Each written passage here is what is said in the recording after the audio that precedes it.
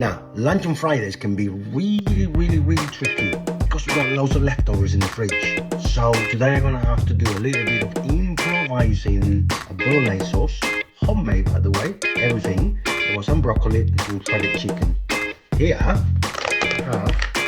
a little bit of cheese spread, that thing that went so viral on TikTok a while ago. Let's see what I'm gonna do with it, yeah?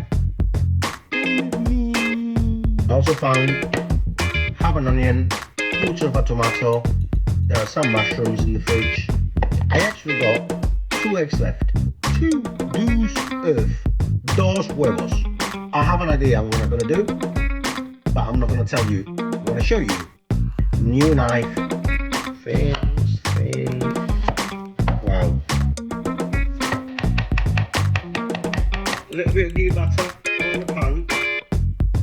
And I'm gonna add the sliced onion and chopped tomatoes in here. Cook through it. I think that's cooked enough.